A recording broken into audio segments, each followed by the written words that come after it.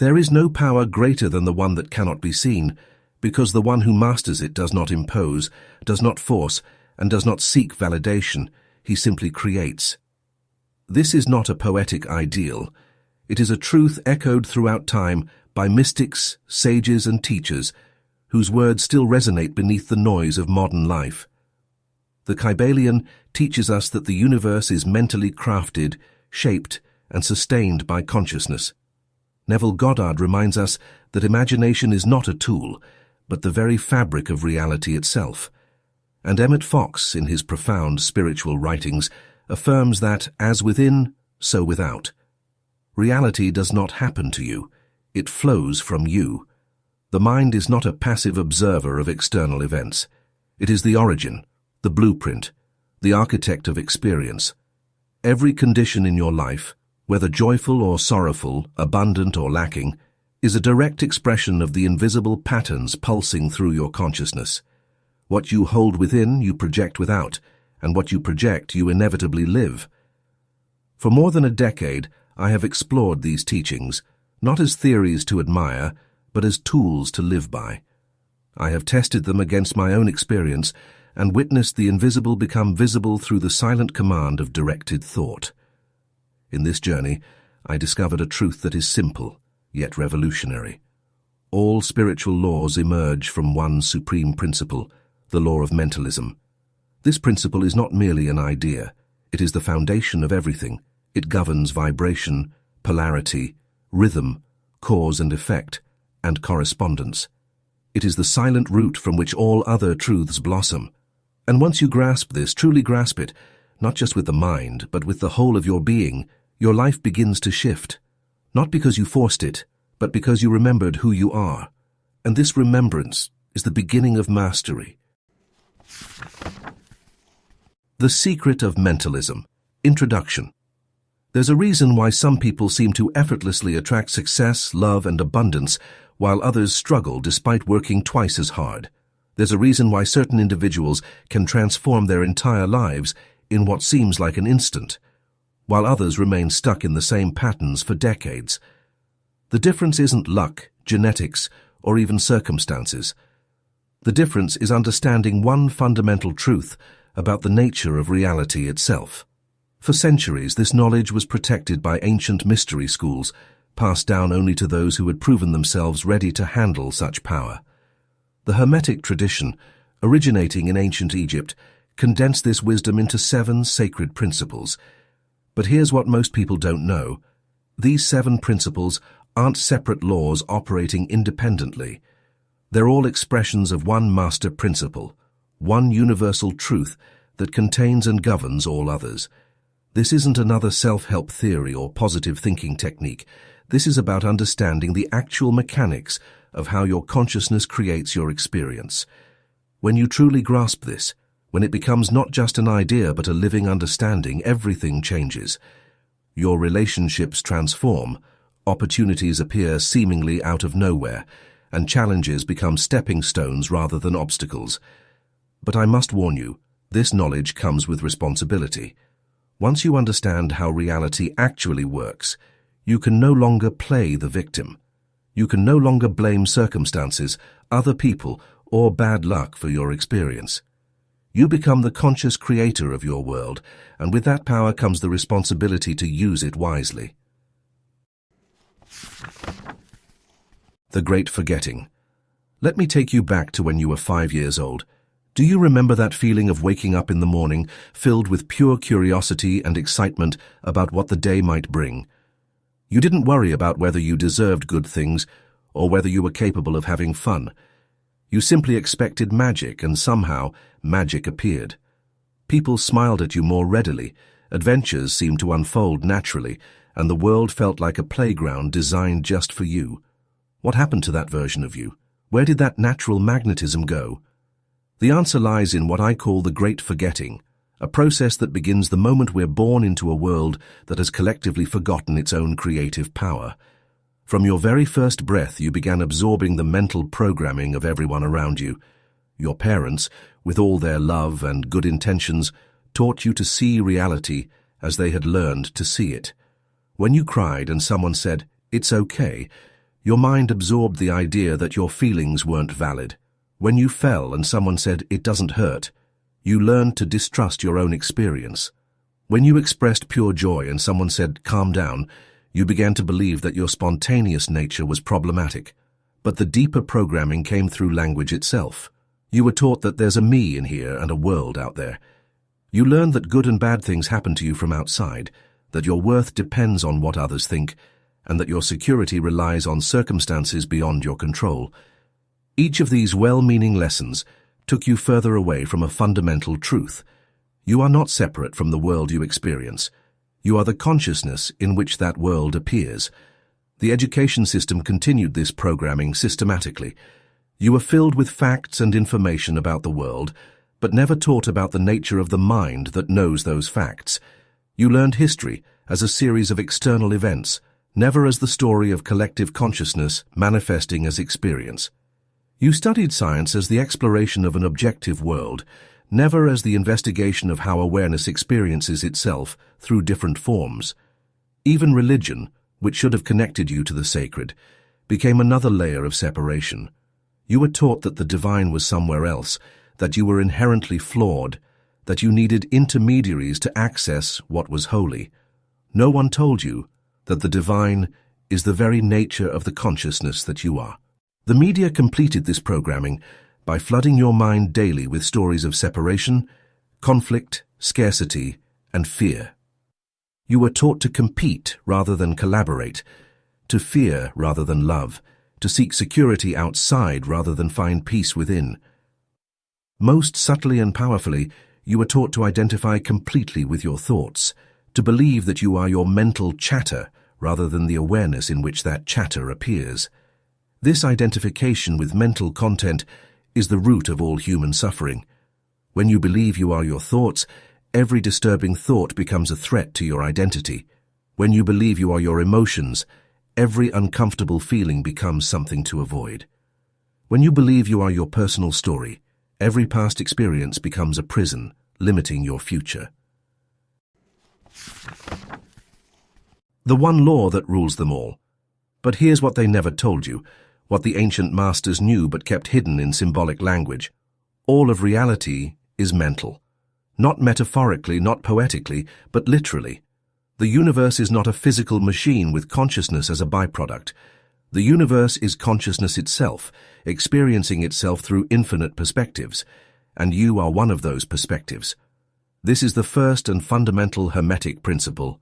All is mind. The universe is mental. Everything you experience, from the chair you're sitting in to the most distant stars, from your most intimate emotions to the events that seem to happen to you from outside, is all mental content appearing in the infinite field of consciousness. Think of it this way. Imagine you're a character in a dream. In that dream, you experience solid mountains, flowing rivers, people talking to you, and intense emotions. For you, as the dream character, all of this is completely real. You can touch the mountains, feel the water, cry with joy or sadness. But from the dreamer's perspective, everything is mental content, creations of the dreaming consciousness. This analogy points toward the truth, but it doesn't go far enough, because in the case of the universe, there's no dreamer separate from the dream. The whole is both the dreamer and the dream simultaneously. You're not simply a character in someone else's dream. You are consciousness itself, experiencing itself through your unique perspective.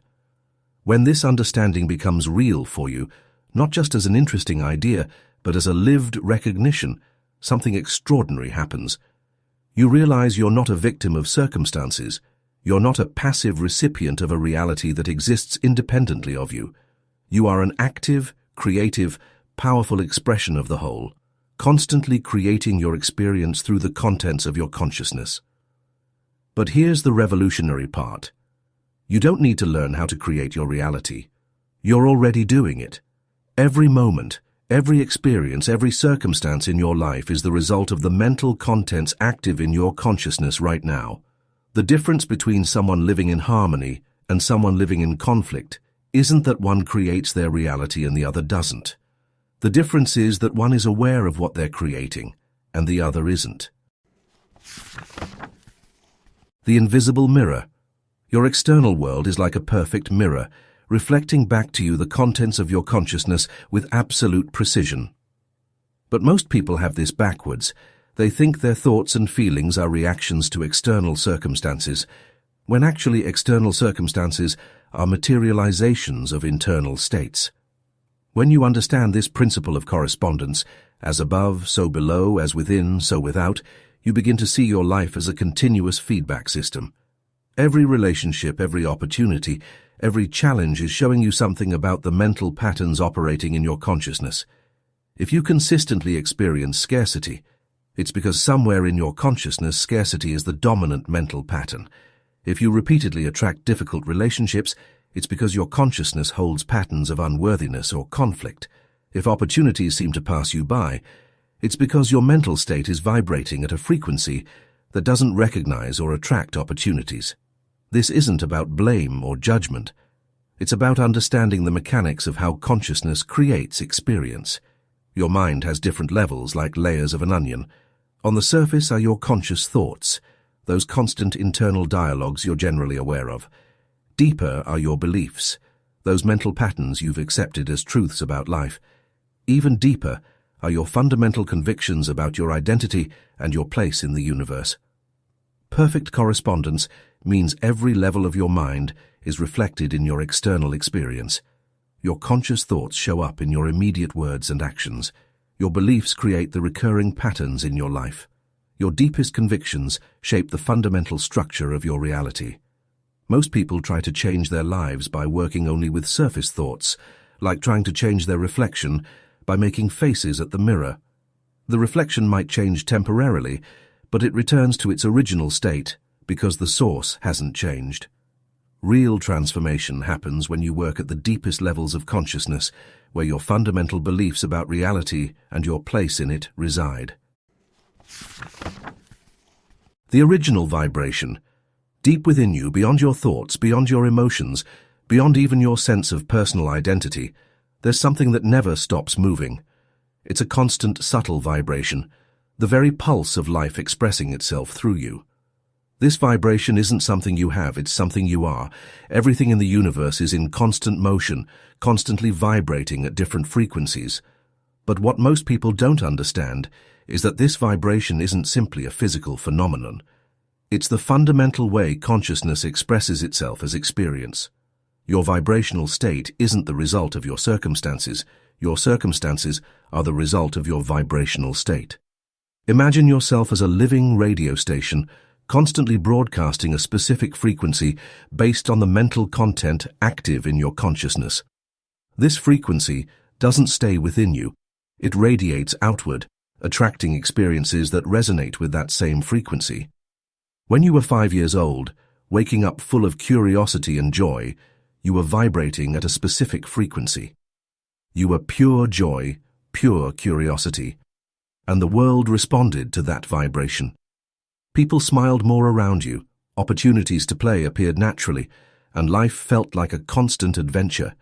This wasn't a coincidence, it was the law of vibration operating perfectly. But gradually, your natural vibration changed. The programming we discussed earlier didn't just fill your mind with limiting concepts, it altered your fundamental vibrational frequency. Where spontaneity once vibrated, caution now vibrates. Where confidence once vibrated, doubt now vibrates. Where love once vibrated, fear now vibrates. And the external world, as always, responded faithfully to this vibrational shift. Here's what you need to understand with absolute clarity. There are no random events in your life. There are no coincidences. There are no innocent victims of unfortunate circumstances. Everything you experience is your vibrational state made manifest. Your external life is your internal life made visible. The vibration you emit at any moment is determined by the mental contents active in your consciousness. If your mind is filled with thoughts of scarcity, your vibration resonates with experiences of limitation.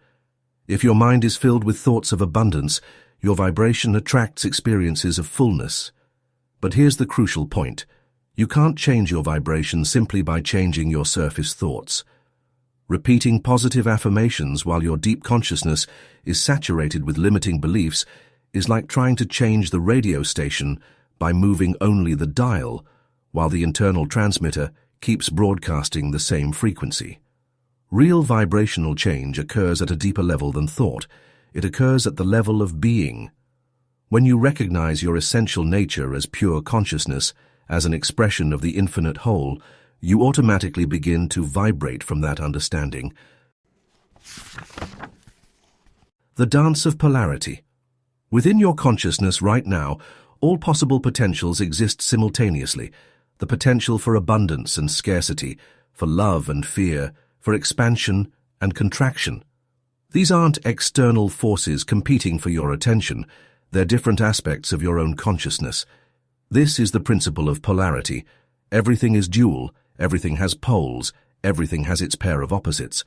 But polarity doesn't mean there are opposing forces fighting in the universe. It means every state of consciousness contains within itself the seed of its opposite. Materialization occurs when your consciousness consistently focuses on one of these poles. When your attention remains focused on the pole of abundance, that aspect of your consciousness strengthens and begins to manifest as experience. When your attention is fixed on the pole of scarcity, that aspect dominates and creates corresponding experiences. But here's the secret that changes everything. You don't need to fight the pole you don't want. You don't need to eliminate thoughts of scarcity to experience abundance. You simply need to recognize that both poles are aspects of your own consciousness and consciously choose which one you want to focus on. This understanding eliminates all struggle from the process of transformation. You stop fighting against unwanted experiences and start choosing the experiences you prefer. You stop trying to eliminate negative thoughts and start nurturing positive states of being. The rhythm of life. The rhythms of your life are older than time itself, resonating with the universe's fundamental breath. Your life unfolds in waves of expansion and contraction, much like the tide rises and falls, and night follows day without effort or opposition. Moments of silence, repose, and introspection invariably follow periods of bursting creativity and insight. In certain stages, knowledge comes to you like sunlight, while in others, integration is the work, and stillness serves as the instructor. If you believe yourself to be merely flesh and circumstance, these shifts feel like external intrusions. You label them as progress or regression, success or failure. You cling tightly to the upward climb, fearing its inevitable descent. You resist the inward turn, as though stillness were a punishment. But that perception is born of separation, of forgetting what you truly are. You are not a passenger in this rhythm. You are the rhythm itself. You are consciousness experiencing its own ebb and flow. The contraction is not a loss, it is a deepening, an invitation to root yourself in subtler dimensions of being. The expansion is not a reward, it is the natural flowering of everything you've integrated, everything you've allowed. In contraction, you are drawn inward, not to hide, but to remember. In expansion, you are drawn outward, not to conquer, but to express. Both are sacred, both are necessary, both are you. When this is understood, not merely with the mind, but with the entire field of your awareness, everything changes. You cease to struggle against the seasons of your own soul. You stop asking, why now? And begin to trust the intelligence that shapes the rhythm, because that intelligence is not outside you. It is you. The divine rhythm of life is your breath, your becoming, your return. And from this deeper knowing, one truth becomes clear. You have never been in the wrong place, not once. Every moment, every turn, every silence and storm has been part of a perfect unfolding. Your life is not random. It is a cosmic pattern, pulsing with the wisdom of eternity, expressing itself through the unique and sacred vessel that is you. The creative forces within. Within you move two sacred forces, ancient, eternal, and inseparable. They are the pulse of creation itself. One is the generative force, the spark, the fire, the initiator. It is the force that speaks the first word, takes the first step, reaches out into the unseen to give form to the formless. The other is the receptive force, the stillness, the space, the sanctuary. It is the force that listens, that receives, that makes room for the new to arrive and settle into being. These are not opposites in conflict, they are complements in harmony. Together, they shape the rhythm of your becoming. And wisdom, true wisdom, lies not in mastering them both like tools, but in surrendering to their guidance. It is in sensing intuitively which one is asking to move through you in this moment and allowing it fully without resistance. There are times when life calls you to be the flame that begins the fire. You must rise, speak, build, and transform. You must be the current that carves the riverbed, the will that brings vision into flesh. In these moments, the generative force is your divine right and responsibility. But there are also times when life whispers a different instruction. Be still. Wait. Open. Breathe. These are the moments for the receptive force to unfold within you, to hold space for what is gestating, to welcome what seeks you without chasing it, to trust that allowing is not weakness, it is mastery in its highest form. To act when stillness is needed is to burn the seed before it has time to root. To remain passive when action is required is to deny the flow of life its momentum. Both errors breed suffering, not because life is punishing you, but because you are moving against the rhythm you were born to dance with. But when you live as consciousness itself, when you remember that you are not merely a body navigating circumstances, but the infinite awareness in which all movement arises, then something miraculous begins to unfold.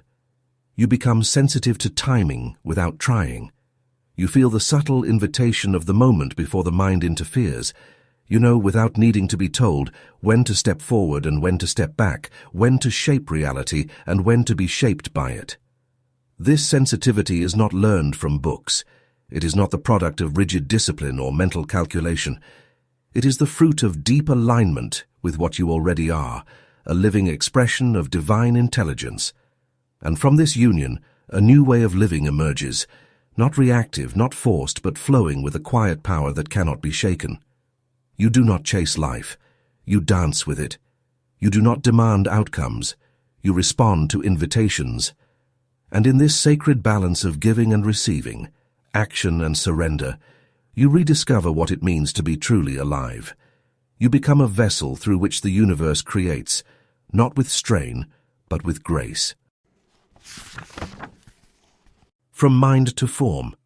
There is a sacred threshold in the process of creation, a moment so subtle and profound that it often goes unnoticed, yet it is the point at which the unseen becomes seen, the formless takes on shape, and pure potential condenses into tangible existence. This is not a distant miracle reserved for mystics or sages. It is an ever-present alchemy that unfolds within you, quietly, continuously, through the simple yet extraordinary mechanism of your own consciousness. Every creation, every shift, every transformation follows a divine rhythm. It begins not with action, but with recognition. This is the spark that awakens the process, a moment of deep remembrance when you no longer see yourself as a product of circumstances, but as the consciousness that shapes them. This is not an intellectual idea, but a cellular knowing, a recognition that you are not merely in the world, you are the field through which the world expresses itself. From that recognition, alignment naturally arises. Your internal landscape begins to change. Old frequencies fall away like cracked skin. You begin to vibrate differently, not because you're trying to, but because you're becoming who you already are. Your emotions, once reactive and scattered, begin to stabilize. A quiet clarity settles in.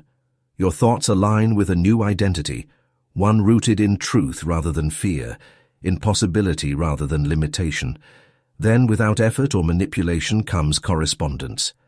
The outer world begins to echo your inner state. The people around you shift. Doors that were once sealed shut begin to open. Patterns that held you hostage dissolve, not because you wrestled them into submission, but because they no longer match your frequency. Your reality rearranges itself, not through will, but through resonance. And finally, integration.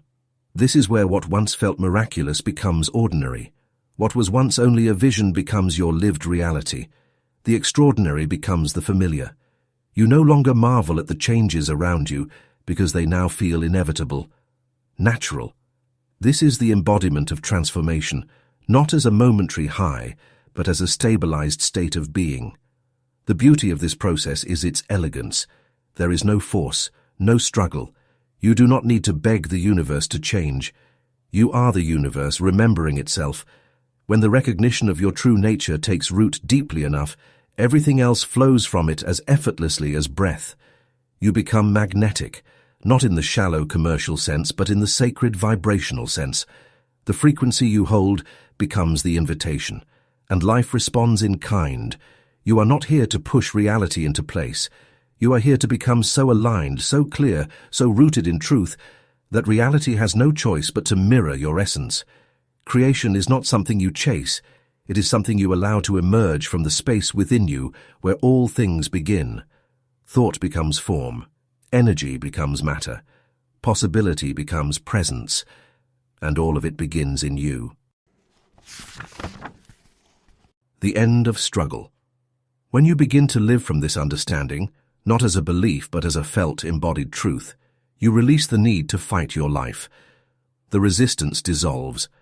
The compulsion to control, manipulate, and force the world into your desired shape begins to fade. Instead of trying to reshape the river, you remember that you are the river. You remember that reality flows from you, not to you. You no longer spend your energy chasing outcomes or fearing detours. You shift your attention inward, to the only place where true change has ever occurred. You begin to care less about what is happening out there and more about the frequency you are holding within. Your focus is no longer scattered across conditions and people and timing. Your devotion is to alignment, to staying true to the vibration of your essential self. This is what it means to tune your world from within. You stop seeking to attract abundance like a magnet desperate for validation. Instead, you become the frequency of abundance, and in doing so you remember it was never something you needed to find. It was what you already were. You stop searching for love like a wanderer hoping to be chosen. Instead, you rest in the knowing that love is not something you receive, it is what you radiate. You stop striving for peace like a distant prize to be won. Instead, you embody peace as your natural state, and watch as the world begins to match it. From this centered place of being, life doesn't become devoid of challenge, but challenge takes on a new shape. You no longer see hardship as punishment or evidence of failure. You see it as sacred refinement. Each moment of contrast, each obstacle, each uncomfortable stretch of experience is not a mistake. It is a handcrafted invitation from the infinite intelligence within you, urging you to expand, to remember, to awaken just a little more. Living in this place does not guarantee that storms won't come. It means you no longer fear the rain. It means you understand that every wave that rises, rises for your evolution. You no longer try to bend life to fit your preferences. You understand that your preferences are often shaped by the very conditioning you are here to transcend. And so, you surrender, not in defeat, but in power. You become a conscious collaborator with the divine intelligence that orchestrates all things. You begin to see yourself not as a separate participant, but as an active thread in the great tapestry of becoming. Your choices, your words, your silence, your movement, they are no longer reactions to a chaotic world. They become intentional expressions of coherence. You don't rush, you don't chase. You respond from a place of calm inner authority. And in this state of attunement, life begins to mirror you with uncanny precision. The right people appear, the doors open, not because you forced them, but because you aligned with the version of yourself who already walks through them. The world does not reward your effort. It reflects your essence. This is the quiet revolution. This is the divine remembering. This is how you move from survival to mastery, from resistance to resonance. You stop trying to make life obey your will and instead begin to live in harmony with the deeper will already pulsing through you. That is when miracles stop being exceptions and start becoming your new normal. The consciousness that no longer needs to fight. This understanding ushers in a peace unlike any other, not the fragile peace that depends on external stillness, nor the kind that hides from chaos, but a peace rooted in alignment, a peace that flows not from the absence of movement, but from moving with life, in step with its rhythm, in harmony with its unfolding. It is the peace that comes when you no longer mistake temporary conditions for ultimate truth, when you recognize that whatever arises in your experience, whether joy or sorrow, success or setback, it is not greater than you, nor can it define you. You are not the wave. You are the ocean, witnessing its own surface dance. It is the peace of remembering that the one who sought, the one who questioned, the one who longed for truth, was consciousness itself, playing the sacred game of forgetting and remembering. Your entire journey, every doubt, every desire, every sacred text and silent prayer, was not a mistake, but consciousness searching for itself through you. And now the seeker dissolves into the sought.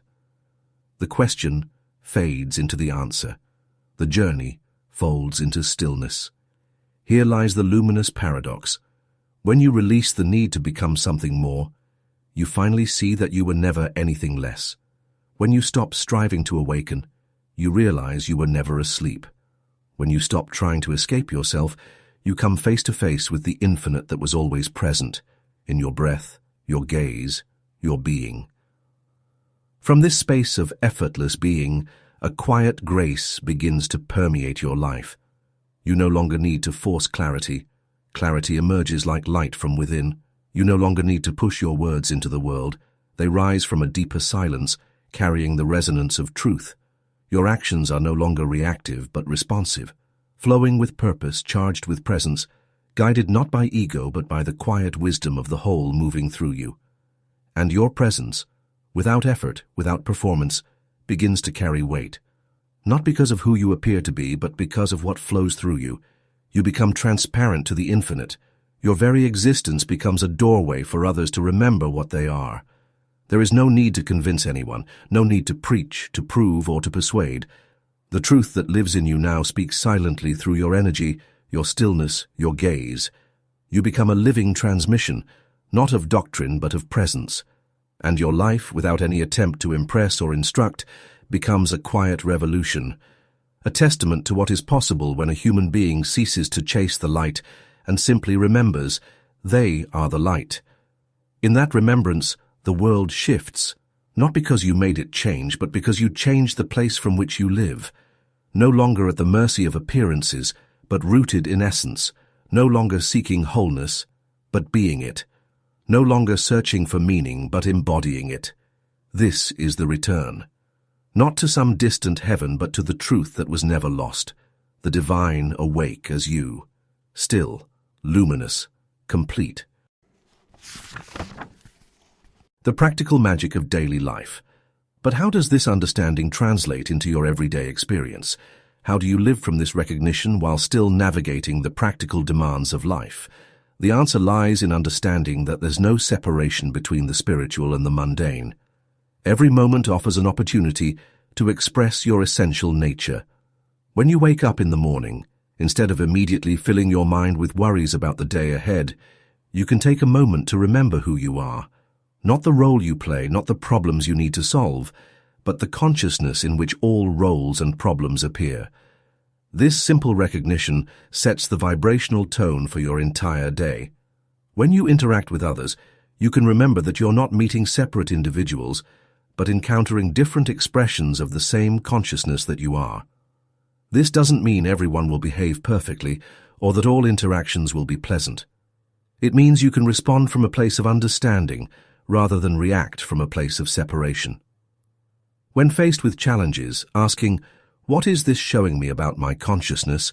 is preferable to asking, "Why is this happening to me?" Every obstacle becomes a chance to get a deeper understanding of how your inner state influences your external experience, and every failure becomes a teaching moment. Instead of wondering whether you deserve or can handle opportunities, you can view them as natural expressions of your aligned state of being. You don't need to grab or push, you just need to accept what is already coming your way. The ripple effect of awakened consciousness. As you begin to live from this understanding, something remarkable happens. Your transformation doesn't remain contained within your personal experience. Like a stone dropped into still water, the recognition of your true nature creates ripples that extend far beyond what you can see. People around you begin to change, not because you're trying to change them, but because your presence carries a different frequency. Your family members may become more peaceful in your presence. Your colleagues might find themselves more creative and inspired when working with you. Strangers may smile more readily when they encounter you. This isn't because you're doing anything special or trying to influence anyone. It's because consciousness, recognizing itself, has a naturally harmonizing effect on everything around it. When you're no longer caught in the drama of separation, you become a space of peace in which others can remember their own essential nature. Your work, whatever it may be, becomes an expression of your understanding.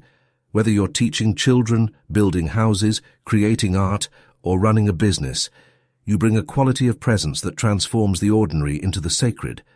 You're no longer just performing tasks. You're expressing the infinite creativity of consciousness through your unique talents and abilities. Your relationships deepen and become more authentic. When you're no longer trying to get something from others or protect yourself from them, you can meet them in the space of pure being. Love stops being something you seek and becomes something you are. Intimacy stops being about finding someone to complete you and becomes about sharing the completeness that you already are. The science of consciousness.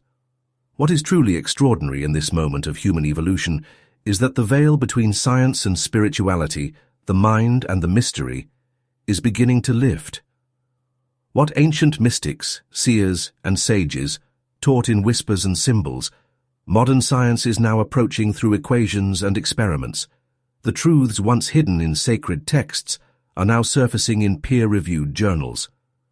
The cosmos of fixed objects and absolute certainties is no longer described by quantum physics, the most developed branch of material science. It displays a fluid, interconnected realm in which possibilities coexist, particles behave like waves, and potential is collapsed into shape just by looking. There is no separation between the observer and the observed. The mind is a component of reality, not something separate from it. Neuroscience, too, is beginning to challenge long-held assumptions. The brain, once thought to generate consciousness like a factory produces goods, is now being recognized more as a receiver, a finely tuned instrument, filtering, translating, and transmitting a consciousness that transcends the body. As mystics have long claimed, you are not in your brain is in you. Psychology adds to this revolution, uncovering how our beliefs, perceptions, and expectations actively sculpt our world. The stories we tell ourselves about life become the architecture of what we experience. We don't merely see reality, we edit it, color it, and even generate it according to our inner framework. Even biology, the most grounded of sciences, is revealing astonishing truths. Research in epigenetics is demonstrating that your thoughts, your emotions, and your inner state directly influence the behavior of your genes. Your cells respond not only to physical inputs, but to energetic ones, frequencies of fear or love, resistance or acceptance, contraction or expansion. The wall between matter and mind is crumbling, brick by brick, under the scrutiny of science. But here's the most empowering truth. You don't need to wait for science to validate what your soul already knows. You don't need a laboratory to test the mechanics of consciousness. You are the experiment, and your life is the proof.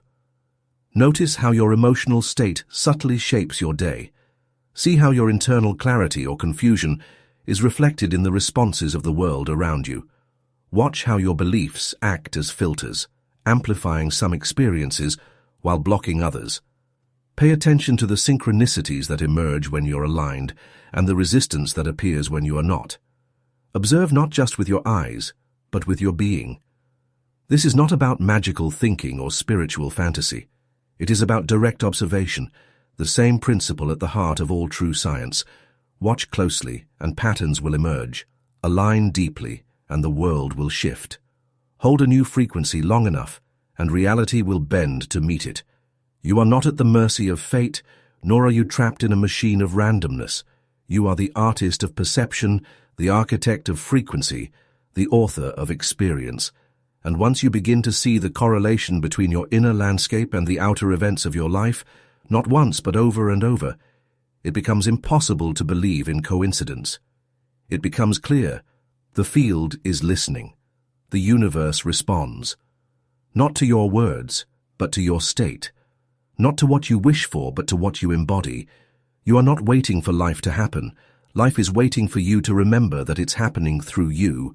And when that realization becomes not just a concept, but a lived truth, your life is no longer something you endure. It becomes something you create, moment by moment, thought by thought, frequency by frequency. Beyond personal transformation. As your understanding deepens, you begin to see that this isn't just about personal transformation, it's about the evolution of human consciousness itself. Every individual who awakens to their true nature contributes to a collective awakening that's happening on our planet right now.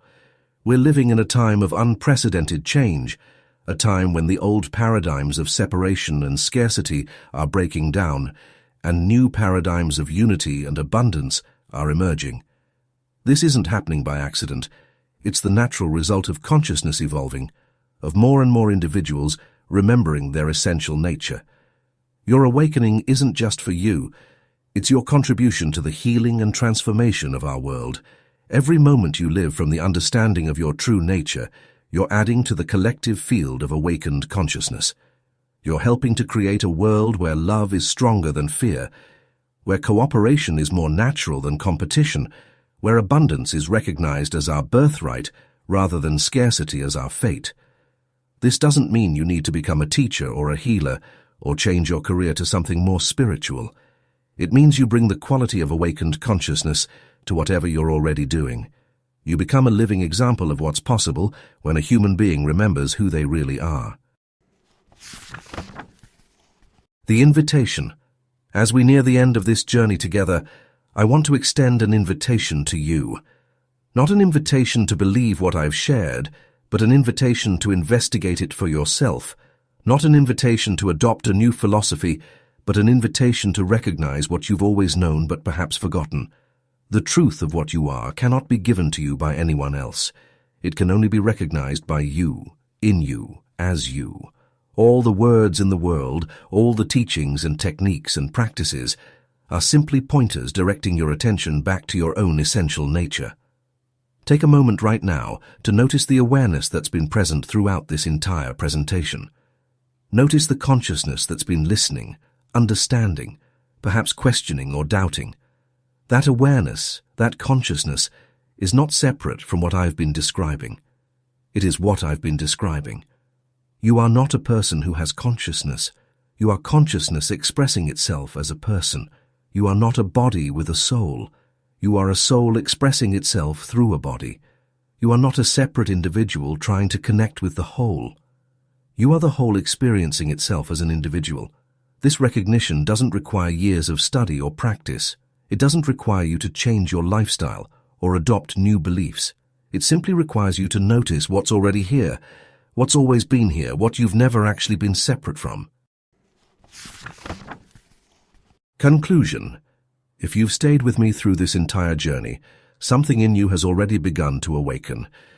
It doesn't matter if you still have doubts, if you don't understand everything clearly, if part of you is still clinging to old ways of thinking. The important thing is that a seed has been planted, and seeds don't need permission to grow. You now know that your mind is not a prisoner of circumstances, but their creator.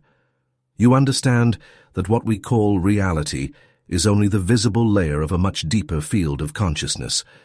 You recognize that you are not the result of what happened to you, but the beginning of everything you can transform. You may not be able to change the entire world, but you can change your world, and in doing so, you change something in the whole. This knowledge is already in you and will remain there even if you forget it temporarily. It will return to you in dreams, in synchronicities, in those intuitions that seem to come from nowhere. Because the sacred is not memorized, it is recognized, and you have already recognized it. You don't need to master all the universal laws. You simply need to live from the center, from the consciousness that observes, chooses, vibrates, and allows. You don't need to become something you're not. You need to remember what you've always been. The ancient masters who preserved this wisdom through the ages did so knowing that one day individuals like you would be ready to receive it, understand it, and live it. That day is today. That individual is you. I'm deeply curious about your experience with this understanding. Have you noticed moments in your life where you could see the connection between your internal state and your external circumstances? Share in the comments below one example of how you've seen your consciousness reflected in your world. I read every comment and respond to as many as I can, because your insights and experiences help illuminate this truth for others who are on the same journey. If this resonates with you and you want to explore these concepts more deeply, make sure you're subscribed and hit the notification bell.